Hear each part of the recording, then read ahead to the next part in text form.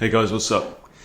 I'm going to start today with a problem for you. We actually went over this in my Chess Bootcamp live session yesterday, and it was absolutely fascinating. So I just thought I'd share it quickly with you. Now, we went over this for about 40 minutes in the call yesterday, because we have a 2-hour session. We normally do an hour of kind of training stuff. We have a break, and then we have a game, or sometimes more than one game. We actually had 3 games yesterday. So anyway, I'm going to take you through a position. This will be fairly familiar to many of you if you follow the Kruger repertoire. So I have the black pieces, and this is from a 5-minute blitz game, right? But the point is that a position came out of this, and the top move that I didn't play was so remarkable. I wanted to figure out why, and the figuring out of why was like, it was fantastic. James was on the call. He said James is bashing his head against 2000 at Rapid. All of us, whether you're sub 1000 or just 2000, got a heap out of this. So, like I said, I've got the black pieces. We've got an Italian, we've got a Russo, accepted, not the best move, obviously. Advance the pawn, knight retreats, knight f6. Okay, so far so good. I've had this 100 times. Now d3. D3 is not the best move from white. For example, it doesn't prevent d5. Well, not much is going to prevent d5. But we play d5 with tempo. The bishop now comes to b5, pinning our knight. We recapture the pawn. They take. I take with the bishop, and the reason I take with the bishop is because it's more pressuring, because we're attacking g2 and the rook on h1 behind it. Okay, and now we have a trade of bishop and knight, and then, don't want that, and then here we go, okay? So I don't want any of that nonsense. Take all that stuff away. Variation arrows, I don't want. Okay, so here's the point. This is your position. Now, I will tell you, at the 1800 to 2000, in fact, from the 1800 upwards, rating on Lichess in the players database, this position has been reached 31 times. The best move has been played once, only once. Okay, now, if you wish, and I thoroughly recommend you do this, okay, pause the video, take 5 minutes, pretend this is an over-the-board championship match, and you have 90 minutes on your clock, and this is a critical position because it actually is, right? Black is better. There's no question. In just about every line, black is better here. But there is a move that is utterly crushing here. And the question is, what is the move and why? And it ain't obvious. So, try and figure it out for yourself. I'll give you a little bit. I'm not going to go into huge detail.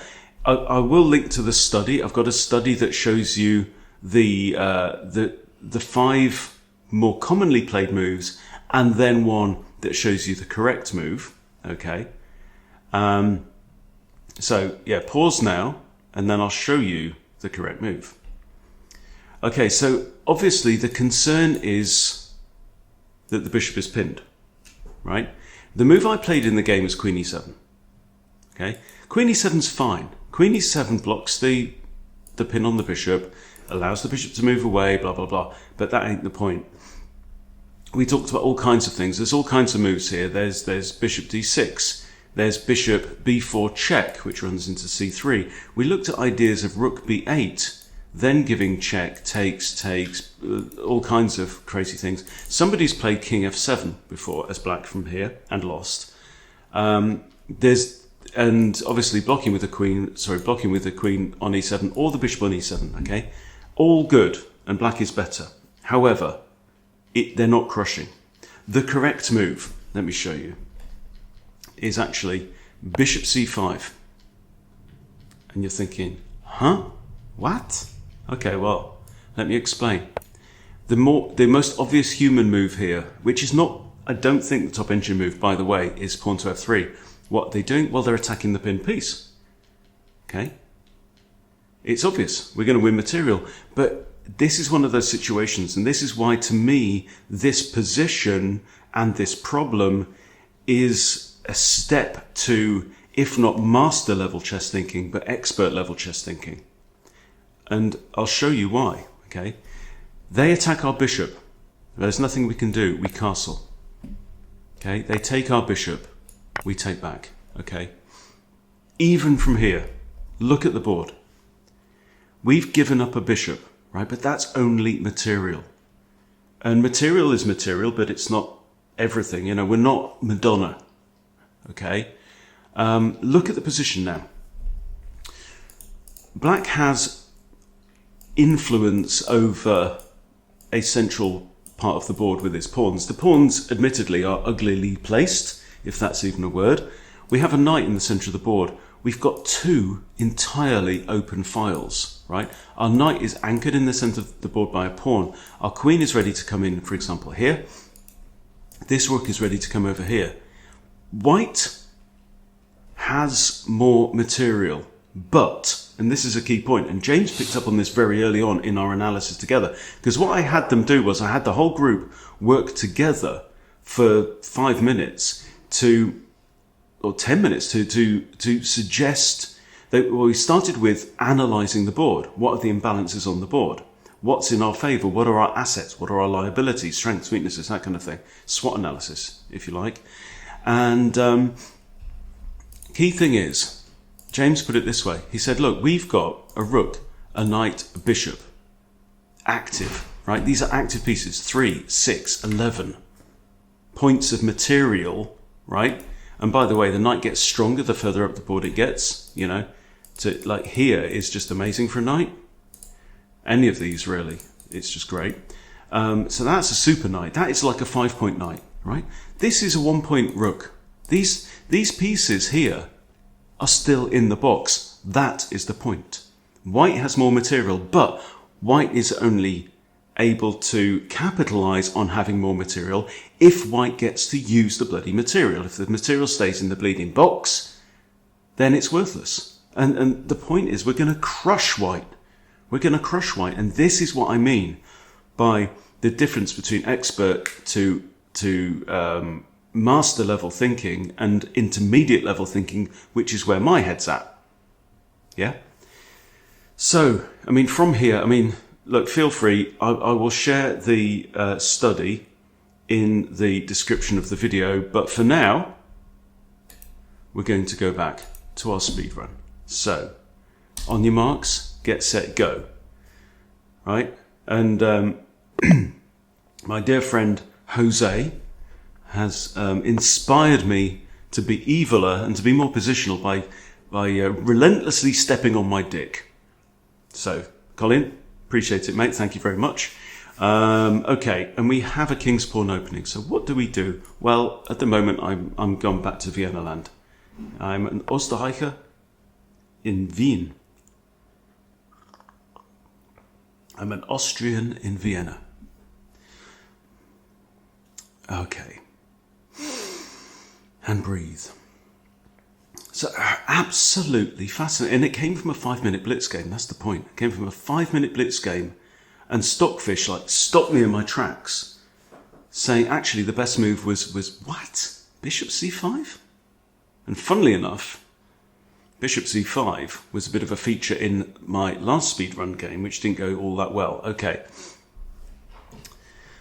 We have the Max Lang defense. Now we've got a couple of options here. If I go here and we get Bishop c5, then we get into the Meitner Mises gambit, which is sharp, prolific. But I'm gonna play it because I'm trying to learn this. I'm trying to adapt myself to this.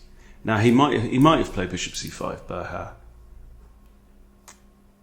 so it's 10:43 in the morning. I've been up since 4 o'clock in the morning. Oh, he's done it anyway. Well, of course he has. It's actually the most common move. It is the most common move. Okay, I'm going to Finca to my bishop.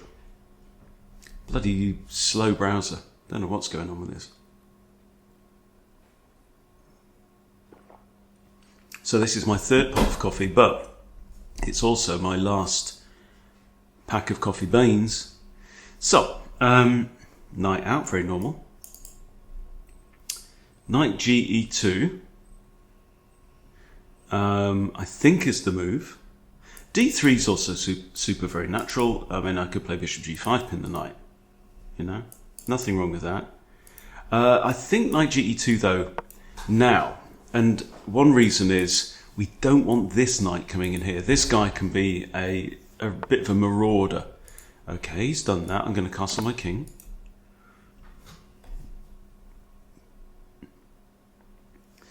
(1974) Lakshmi. All right. Now, it must be said, this pawn is pinned. I'm thinking h3, because h3, king h2 is a motif. h3, and bishop's got a choice to make. He either goes wee all the way home, or he goes back to h5. h5, I think he loses some potency. I mean, I still have g4, right? I do have g4. g4 sends him here with two attackers on this pawn, but then d3, I open up my bishop, and we're fine. In fact, I don't even have to play king h2 now. I can also play f3, g4. h4, h5, potentially. I just need to get my evil on. A good thing about king h2 is it breaks the pin on the f2 pawn. Right? My knight is pinned right now. This pawn is pinned right now. Okay? Black's thinking I've got some threats. I've got some pressure. Well, maybe. Maybe you do.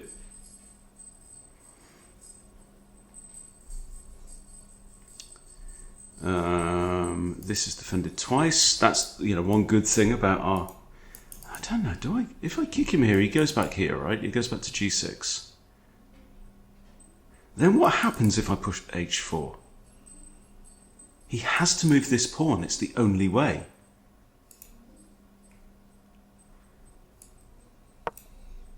I'm going to do it. Now, oh, by the way, the h-pawn is the only defender of this, which is now in some shape. So I'm going to push d3. I might now play knight g5, bishop g5, sorry, pinning this knight against the queen. So here we are getting space, yeah, on the king side. I have castled on the king side. I know this. It's possible to do this. Now,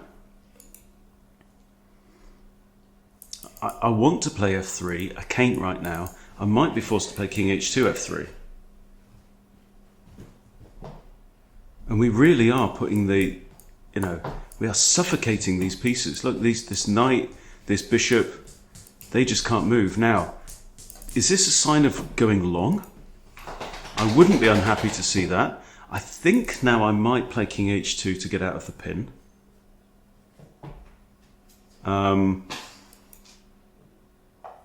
But I need to be thinking more strategically and positionally. I know this. This is my Oi, Woody, give over.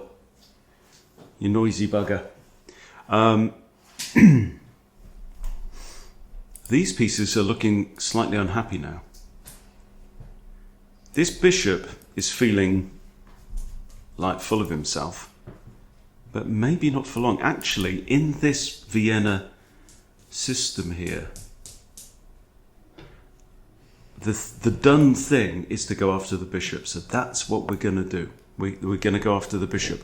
And the reason is because the move d6 has been played, therefore blocking off the bishop's escape back to the center. Right? If he goes there, I take him. If he stays there, I take him. If he goes here, I've got a3. I've got c3. Let us consider our options. c3 takes his square away from the knight.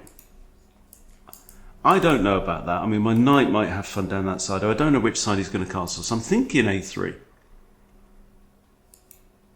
c3 also slightly undermines this wee pawn chain here. But I feel like a3 is the more flexible move. Now, if he goes here, I've got b4. He goes here, knight takes. And actually then, oh no, because no, there's no rook takes rook, because I've still got an a pawn, haven't I? He goes here, okay, take him, right? No question. Bye-bye bishop, and bye-bye pin. You know? And also, he's taken away from the centre. He's made an ole up there. Now, he might think that he could take advantage of that ole. So I might consider bishop e3. Bishop e3 targets this pawn. It's defended only by queenie. I feel like bishop e3 puts some pressure on. Bishop g5 also puts pressure on. But I want to be thinking about long-term pressure. I'm also quite tempted by the move knight g3. But this is what I'm learning. This is what came out of this thing. And all of us, by the way, I mean, for me personally, out of all the sessions that I've run on Chess Bootcamp Live so far, that was the one that was the most valuable to me individually. Because there was a powerful lesson in that. Anyway. Also, if I move the knight as well, I have the option of the f4 break defended by my bishop. And if the king ends up over here, then having my bishop up here, it's not a bad thing. So I've got options of knight here. If he goes there, takes. I've traded a good knight, perfectly serviceable knight, for a bob bishop. So I'm thinking knight c3, leave my bishop flexible right now. Now I know this bishop is currently poor, but he is defending this pawn. And what do we know about pawns? They don't all stay on the board. That is the lot of a pawn. Okay, I could still have this idea. My knight can come there with relative safety. I mean, if he trades off, I don't know. We shall see. Then my bishop opens up actually a little bit. But so does my king.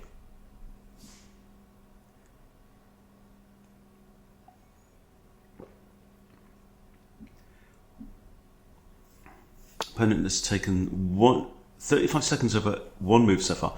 Okay, yeah, we've now allowed this move. Now I think bishop e3 is a bit of a no-brainer.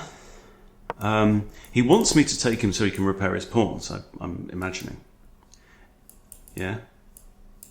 I'm not sure I will allow that. Also notice the queen is now the only defender of this after the knight has vacated that square on c6. So the queen's the only defender of that, and she's also the only defender of that.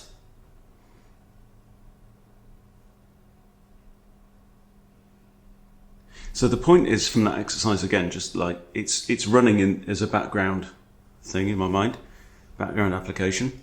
The point being that material isn't everything, right? The point of the game of chess is to win the game. And a lot of us are just kind of hooked on this idea of material being it. Can I get to an endgame with 1-2 extra pawns? Can I, if I'm a piece up, I'm surely winning. Well, how many of us have been a piece up and lost an endgame because pawns charge up the board or whatever, or we get checkmated? I noticed the queen and the rook are in line. So wouldn't it be nice to play this move?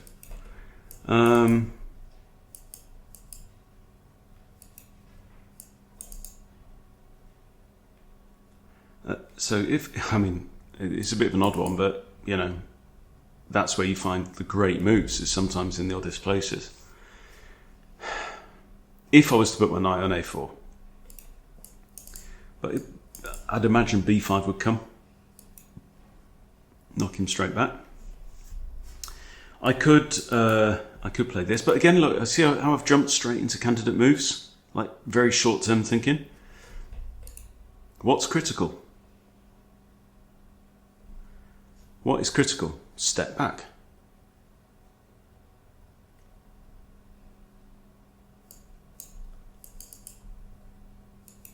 I would like to kick this knight out of my territory.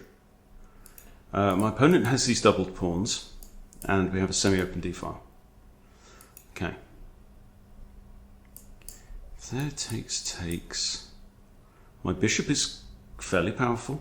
It's targeting this pawn. Again, it's defended only by the queen. The queen is rather overstretched when it comes to pawn defense right now. She's got her hands full, babysitting 3 pawns. She's also the only good defender of this knight, has to be said. I still have bishop g5 with pinnage on the knight. Actually, if I take that knight, it's going to take the g pawn any. Right? The move f4. Is he going to take? That gives me 2 central pawns if he does. Is this pawn doing anything at all? No, actually it's kind of in my way. This is something James mentioned in our analysis yesterday. He said, well, it wasn't that point, but he said about certain pawns, he said that's actually almost a -1 pawn. As in, if you could pick it up and drop it on the floor, your position's improved. There are pawns like that. There are sometimes pieces like that, potentially, conceivably. That doesn't work because knight takes. I'm looking at the move f4 because that just wins the bishop, right? So what's he going to do? Going to move the h-pawn, or is he going to take? If he takes, the bishop wakes up. So that's the move I have played.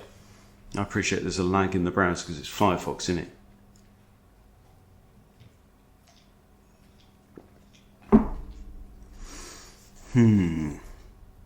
This knight looks threatening. But looking threatening and being threatening ain't the same thing.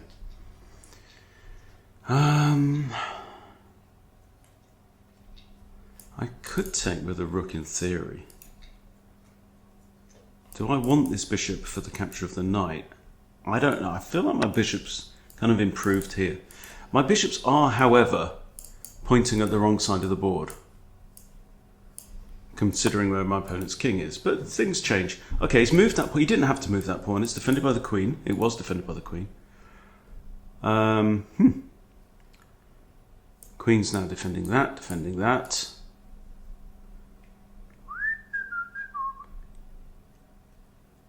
This.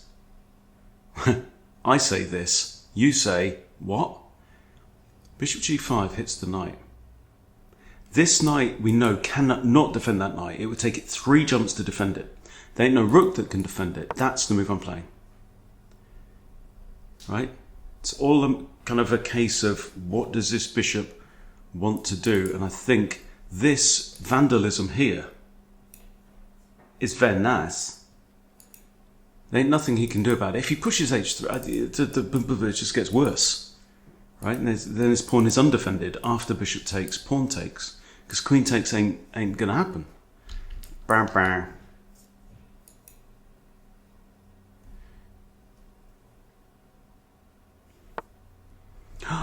He's only gone and done it. And now look, undefended pawn, right? Now queen d2, I target the pawn. What's he going to do? He's going to lift his king. Also, this pawn is only defended by the queen. This pawn is only defended by the queen. That's defended only by that. This bishop's shockingly bad, right? We can. Okay, so I just goldfished there. You didn't see any of it because the browser's rubbish. What a load of rubbish. Right, so I've got, for example, queen d2 just targets this. King probably lifts up. Queen d2, but then queen f2. But I've still got this slight issue here. Do we try and get rid of the knight? Let's say the knight retreats here. I could come here. I'm going to try and get rid of the knight. I want to keep these pawns on the light squares. Absolutely. Just shutting this bishop. This bishop is now a 1.5 point bishop. Yeah. It could have potential later on. Right now, as things stand, it's not good. All right, knight takes, queen takes. And look at the pawns. That is poor pawnage. My pawn's arguably, slightly extended here. This one's actually undefended, but unattacked also. and I still reserve the right to play king h2. There's no dark squared bishop on the board. Here comes the king. Okay, now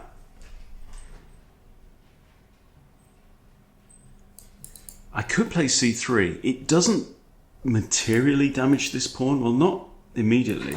I could also then play c4 at some point. If I play c3, what's going to happen? Well, he ain't going back here. He ain't going back here. That would just be bad.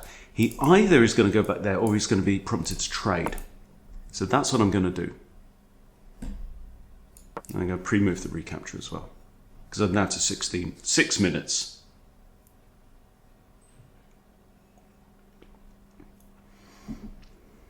And I'm playing a youngster, 1974, Lakshmi. Is Lakshmi a boy's name or a girl's name?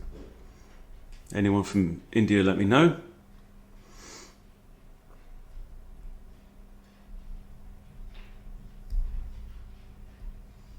Might not even be a name, it might just be a nickname or something, I don't know. Now, the argument could also be made that my bishop is also still bad. And yeah, I'll live with that. But I think what's critical here is these pawns are shocking. So we might be thinking strategically, right, about doubling up rooks, for example. Then that pawn is helpless, because this rook can't defend it. Either rook could, given 2 turns, potentially, having to come to this square.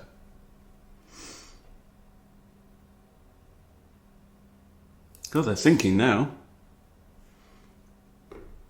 He, she, it, or they.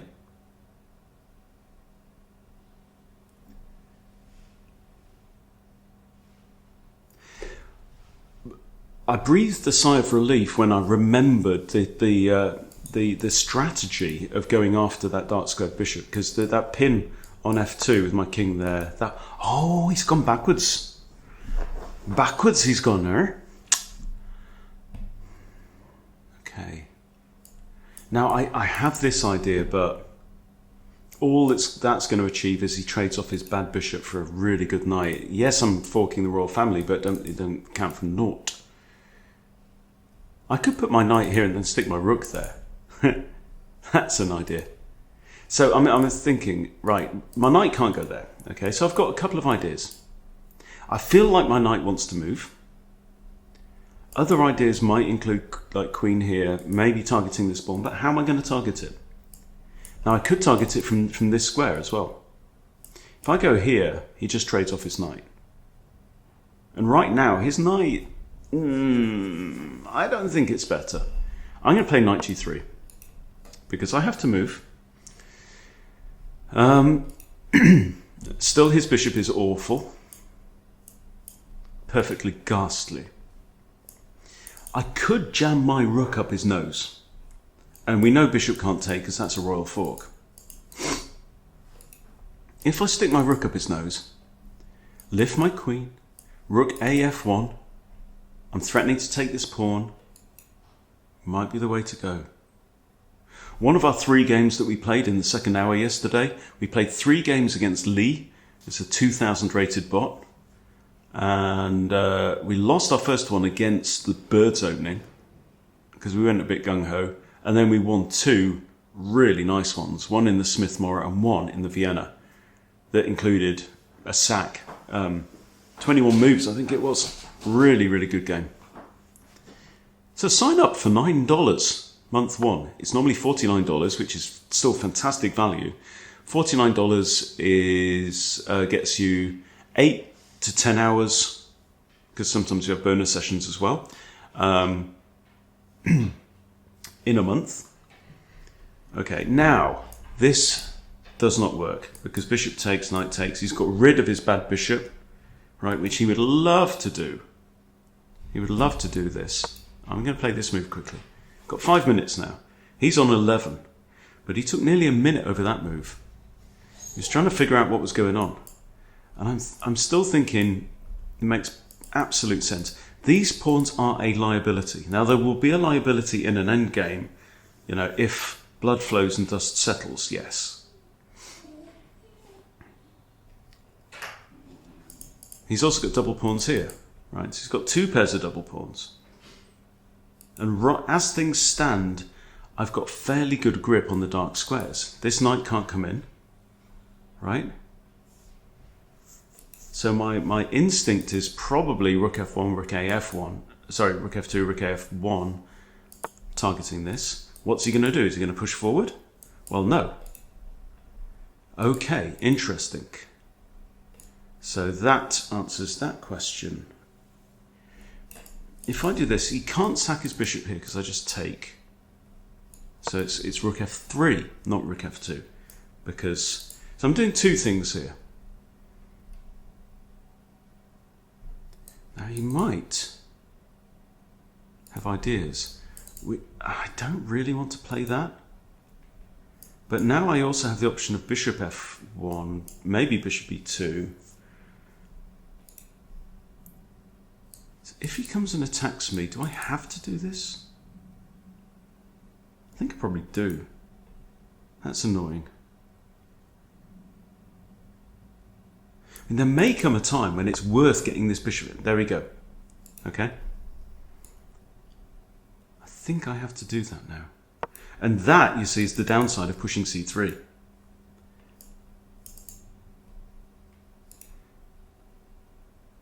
But you never know. My bishop could actually have options here.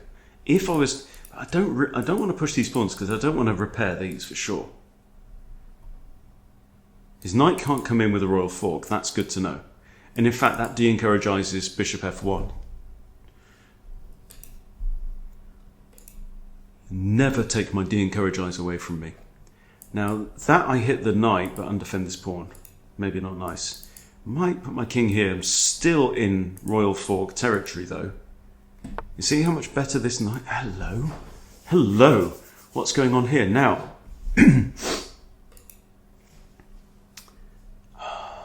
I have three ways to capture this pawn.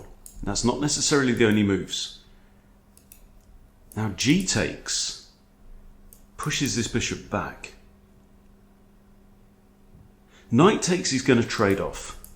Knight takes, trades. I think it's g takes. I just do. G takes also blocks this queen off. I can now come in, hit the knight, can't I? He can't take here because my knight and bishop guard. So I'm quite happy about that. If I was to push h4 now, in fact, no, hang on, wait a moment. When that bishop goes back to there, it's blocking h7. If h4, he can't get there, he can't get there, he can't get there. He goes there, I take him, he goes there, I take him, he goes there, I take him.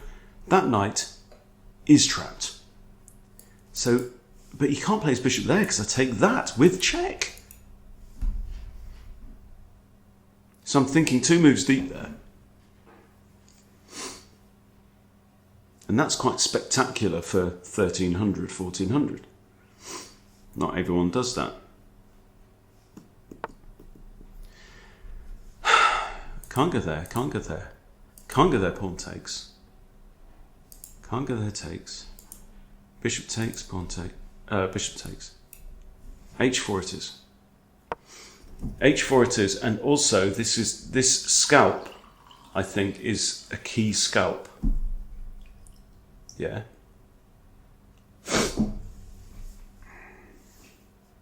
A key scalp for white to win.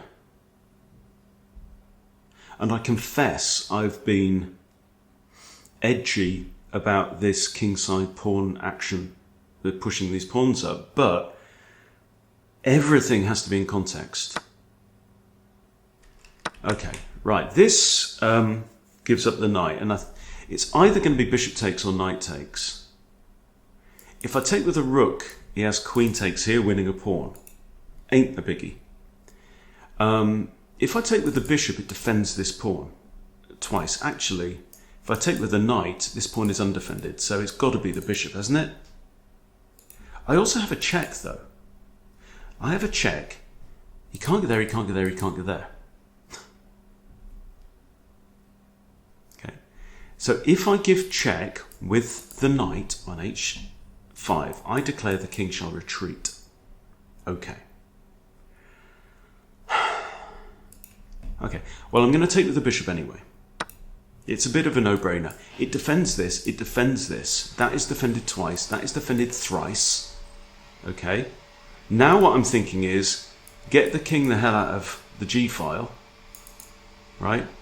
Sorry if you can hear, I think it's the carpet cleaner in the background, what we've borrowed. So this rook now jumps into life. This rook has so far played no part in the game. He's got little Zs coming out of him all through the game.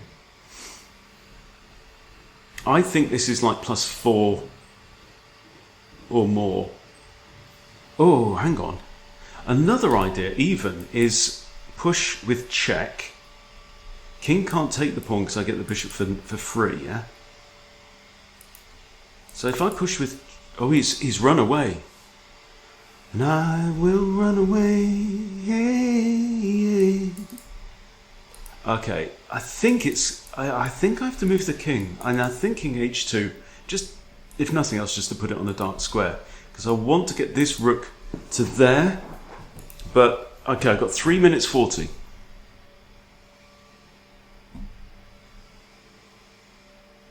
I've got quite a good blockage here. This rook here is no longer required. I do have ideas of this, but it's not like I want to trade my knight for that. So I'm going to play king h2. I'm going to play rook g1. This pawn's going nowhere, right? And he can't disturb it with other pawns because his pawns are broken. Because he's had, he's suffered pawn damage. Bad pawn damage throughout the game. Okay, that changes nothing.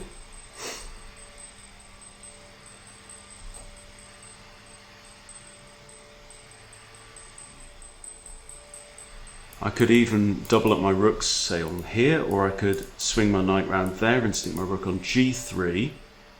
Yeah. Coming in here now then. Ah, hang on.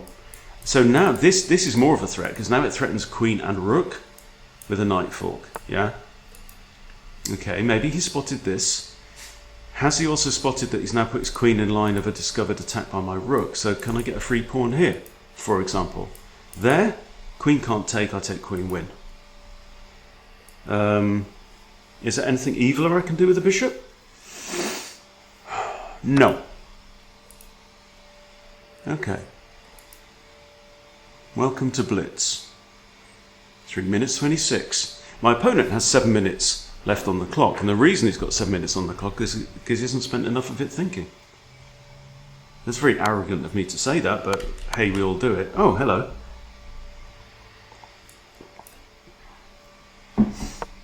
Ah, that... You see? That's arrogance. That is what arrogance does to you. Fortunately, my rook defends the knight on g3, otherwise I'd be absolutely screwed. This rook on g8 suddenly becoming powerful, and I just took my eye off the ball. All I was thinking, did you see, right?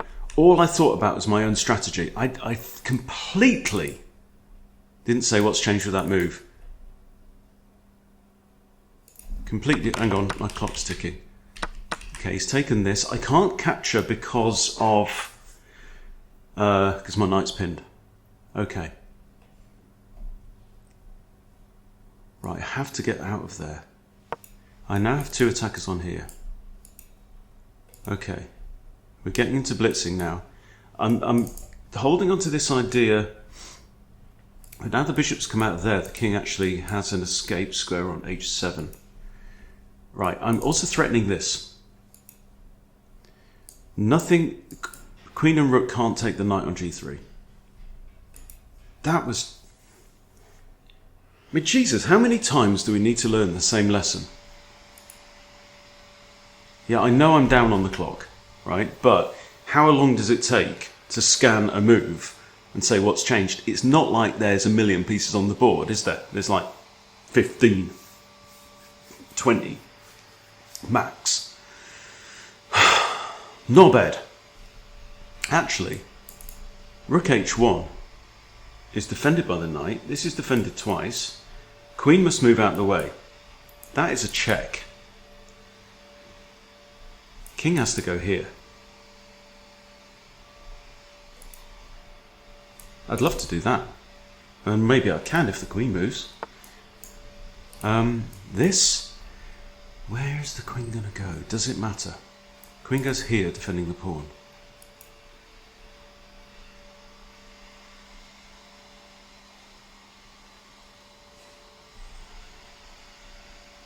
You threaten this. I just take. But this... Oh, I can't. It's pinned. Okay, I'm playing rook h1. I think the queen's going to go there. But then I can take the bishop. Queen takes with check. I have to move out the way. If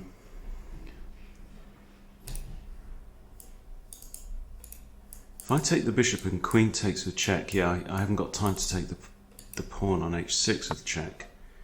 Oh, you've done that preemptively, have you? Okay, if I take this now, you can come in.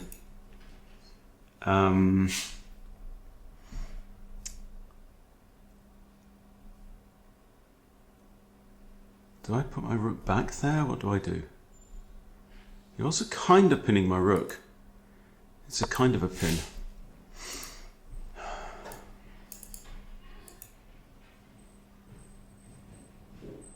One of the problems I think with making videos is that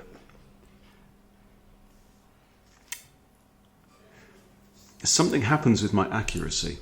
Maybe I should have pushed g4. Something happens with my accuracy when I like to start kind of proving the point of, yeah, okay. Proving that my play has been good. I'm one pawn up right now, so I've got 2 rooks, 3 pawns. Okay, I'm still up a minor piece.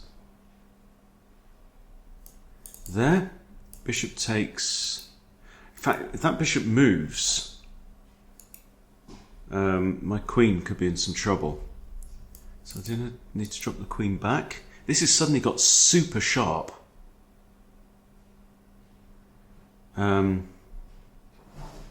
Something like this. That's a double attack on the queen. No, because the queen could just take my rook. Here is an attack on the queen. Queen takes rook, bang. Here, queen goes there with check. Rook blocks, I lose my queen. Oh, crikey. And I'm down to a minute 30. And my bishop hangs.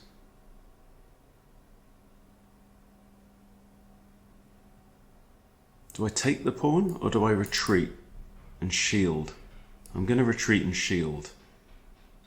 I can't see any major damage that bishop can do once it moves. Because all of my pieces are on dark squares other than my light squared bishop, which is defended by the king. So do your worst. Do your worst. So let's say I need to be ready to put my queen on e2. Maybe take this pawn. Now he's got 5 minutes on the clock in a far more balanced position. If this bishop moves as well, I might also have this at some point, which is nice, because that defends the rook. And there's no check now here, where there was before. And if the bishop moves, it's no longer going to be guarding this square.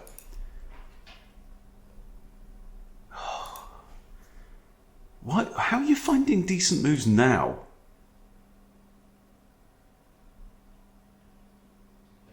Do I have this now? Bishop takes, I take, then I lose my rook. No, there, bishop takes, I take queen, you take queen with check. No, it doesn't work. Alright, queen e1. There's a... pushes.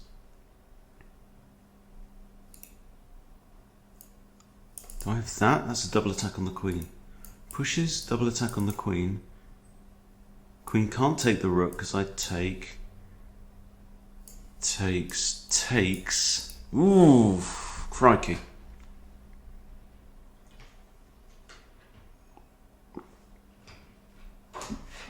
24, 111, 21, 24, 46.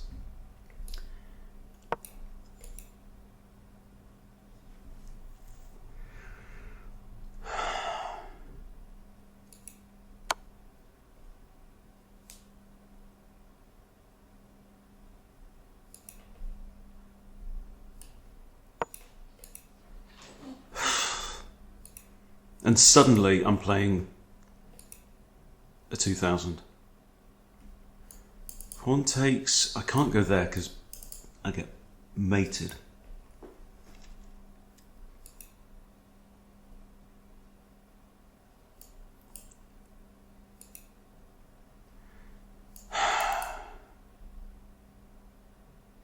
No, I think he's got me. I think he's got me here. Maybe he's just good at tactics. You know, a lot of people are. He's got pawn takes there as well, which is kind of tempting, but I think pawn takes knight, I think, is winning. If I take with a rook, it's all over. That's mate in two. Pawn takes, I play king there. That's just mate. Here, it's checkmate. So, oh, hang on. That's mate as well. Queen takes is mate.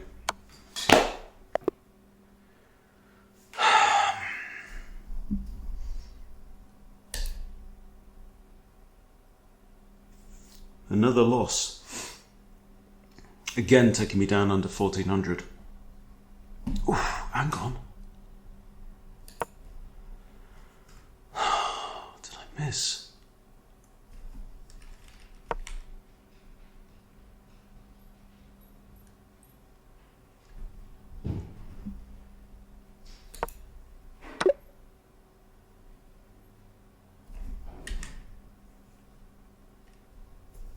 Didn't we see this? Didn't I see knight takes here? But then queen takes with check. Yes, I can't take that. But then I just move right like here, yeah? Oh, block it. Completely winning. Well, I think that answers our, question. It was just a scrappy endgame, and I completely ran out of time and started blinkered thinking, gosh. Because look at this here. That opportunistic tactic cost me all my advantage. Right? And now it's completely even. And then I blew it again. Living and bloody learning. When's it going to stop? And that is move 30, so let's just go back. How long did I take over move 30? There was only, by the way, 9 more moves of the bloody game because it's 20 seconds. Move 30, 20 seconds. I've got 3 minutes on the clock. I spent 20 seconds. Right, if I do this, what's my opponent got? Oh, hang on. What if he takes my... Right? So this is two things. I failed to take note of everything that happened on that move. I got carried away talking to you, so I blame you. I mean, even this move, King H3 is best move. Simple. Absolutely simple. So it's like what I'm doing is, I've like, the Eye of Sauron has now shifted to positional, this like that. And I've actually kind of taken my own eye off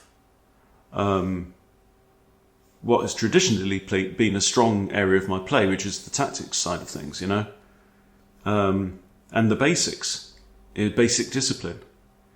And I was just like, oh, my opponent's made a mistake, I'm going to show off like a knobhead. And here's the point about chess. It's like I did a load of good work and a load of heavy lifting, and I earned this position here, right here, and then I stuffed it up completely. There's no suggestion this guy was cheating at all. You know, he's a decent rapid player, and I was a decent rapid player for 3/4 of the game. But all it takes in chess is just to, you know, expose your soft underbelly once, and you can find yourself in a world of pain. And in fact, you know, this. Remember, I was saying I was slightly nervous about these pawns. Well, I just forgot to be nervous about those pawns. I thought, oh, look, a tactic. Great kid, don't get cocky, in the words of Han Solo. So here, and we're winning. Hands down winning, nearly +5. Yeah, so no excuses, guys. Buggered it up again. Shat the bed again. But the point is, as I always say, as I'm saying far too frequently at the moment, it seems as well, it's a learning process, right? I need to remember to do this. Even when I'm talking to you, I need to remember not to lose. But there you go. Up until that point, very instructive video. But even at this point, very instructive as well. So there you go. I shall go and put cream on my sore ass, and see you again tomorrow, and we'll try and do a bit better. So thank you for watching, my friends. See you soon.